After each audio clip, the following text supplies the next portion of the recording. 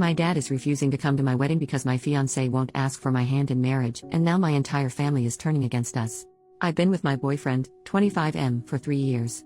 We both just finished school, and are finally ready for marriage. He proposed last week and I happily said yes. I could not be happier. I love him and he is going to be an awesome dad someday. But my boyfriend is very new school and my dad, 48M, is kind of old school. My dad was beyond mad that my boyfriend did not ask my dad for my hand before proposing. My dad said he was willing to hear my boyfriend's apology if my boyfriend formally asks for my hand at a dinner that my dad said he will pay for at the restaurant of my boyfriend's choosing. My dad feels like he is being very accommodating. He will bring my boyfriend's favorite wine to celebrate. I spoke to my boyfriend last night and he won't budge. He doesn't believe in that tradition. My boyfriend showed me an article online where a Pakistani woman was stoned to death outside a courthouse because she married a man against her family's wishes. This just happened. My boyfriend, who witnessed his father be abusive and possessive with his mom as a child, has always felt strongly that women are not property. He thinks the tradition of asking for her hand is repulsive. His point is that he's met my whole family and gotten to know them.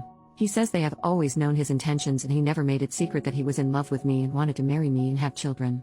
He feels he has done enough to announce his intentions and all of them seem to approve of him. He says that at this point he only needs my approval to marry him and nobody else's. So yesterday my mom told me that my dad, who is not even speaking to me because I won't set my foot down with my boyfriend, is calling the whole family and telling them to not attend my wedding. My mom says that my boyfriend is the one treating me like property by not letting me have a say in his decision to not observe a tradition that my 2 older sisters' husbands observed. I told my mother that I understand where my boyfriend is coming from and that I have decided to do away with the tradition of him asking for my hand. So my mother is obviously mad and said that I should be ready for serious consequences. I asked her what and she would not say. But from talking to my sister, she said that they would blackball us from all family gatherings. My 2 sisters and my mom have told me my boyfriend is being selfish. The wedding is set for August 9th. I'm worried that nobody in my family will attend my wedding. Edit. I'm getting some comments about my boyfriend asking for my parents' blessing instead of permission or hand. I just can't see the difference. There might be one, but I don't see it. Is there a big difference? Update. 2 years later. Hi everyone. It's been over 2 years and I guess I owe you all an update for leaving you hanging for so long. The wedding went on as planned. My parents stuck to their guns and boycotted. One of my 2 sisters attended and is now happily blacklisted from our family. Nobody else from my entire family showed up, including my 2 brothers. The wedding was a little unconventional. My sister walked my husband down the aisle and then his sister walked me down the aisle. I wanted this because my sister-in-law actually introduced us and helped me get my first date with him. There was no question about who gives away the bride or even about objections. It was normal other than that. There has been no contact between me and my family, other than my one sister. My mother has made it a point to send me a card every time that they have a family gathering for holidays or birthdays at their house to let me know that my father says I'm not invited. I get one almost every month. I don't even read them anymore, I just toss them. I don't know why they keep sending them because I've made no effort to contact them and I live over 3 hours away, so it's not like I will run into them by accident. The reason I came back to post this here is because some people here made a prediction that came true, that they would come crawling back when we had children. I am now expecting our first child, a girl, and I'm so happy. She will be the first grandchild for my parents. My parents found out about the pregnancy a few months ago through a family friend. They didn't waste any time in making demands, not requests, demands.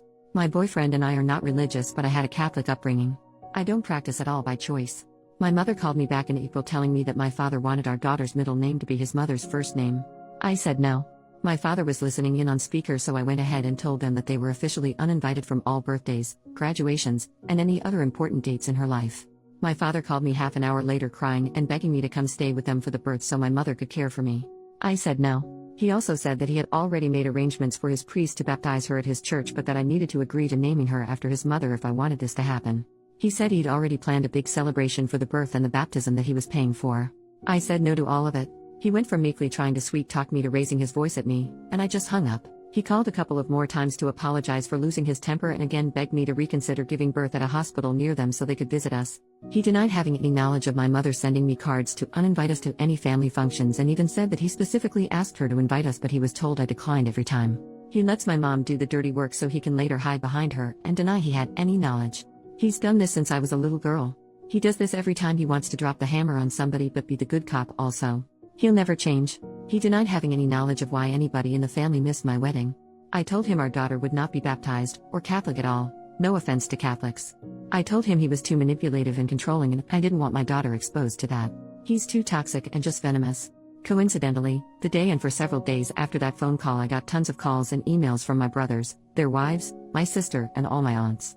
They all wanted to apologize for missing my wedding, and all had specific excuses, and wanted to make plans to be there for my daughter's birth. I banned them all from her life until she's old enough to decide for herself to let them in. My husband was a little surprised and not sure about banning everybody forever. He's more leaning towards supervised visits if they want to drive to us. My dad has been calling him like crazy, but we are a united front. My husband is deferring to me but giving me ideas as to how I can give a little if I decide to. But with my family there's no giving a little.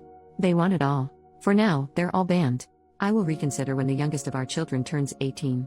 For now my dad will have to settle for sucking up to my husband while I stick to my guns. Unlike him, I don't mind owning my decisions even if it means I'm bad cop. I'm not ready to give up a relatively drama-free, stress-free life to allow my dad and all his sheep back into our lives. Relevant comment: he should have just done such a small task and asked, like to make peace. Geez, I mean really pushing your family away for such a stupid reason. On their side and yours. OP, but that's the thing. After that one small task they would want to name my daughter, another small task, then they would ask I go have the baby near them, another small task, then have her baptized by their priest, then they pick her school, then they make life decisions for her like they tried with me and my siblings, all small tasks. OP then replies to a downvoted comment that things have gone too far and to make amends for their daughter. I guess I would tell you that not everything fits in the oversimplification in your comment. My daughter will be better off without a full family of manipulative, controlling, and abusive people, or people who condone such behavior. After years of abuse I was glad my husband decided my dad's demand that he ask permission to marry me was too antiquated. The original conflict that caused this rift was years of abuse and manipulation. I chose to burn bridges that needed to go. Otherwise I would never be free to make my own decisions about my own life without consulting with my dad at every turn.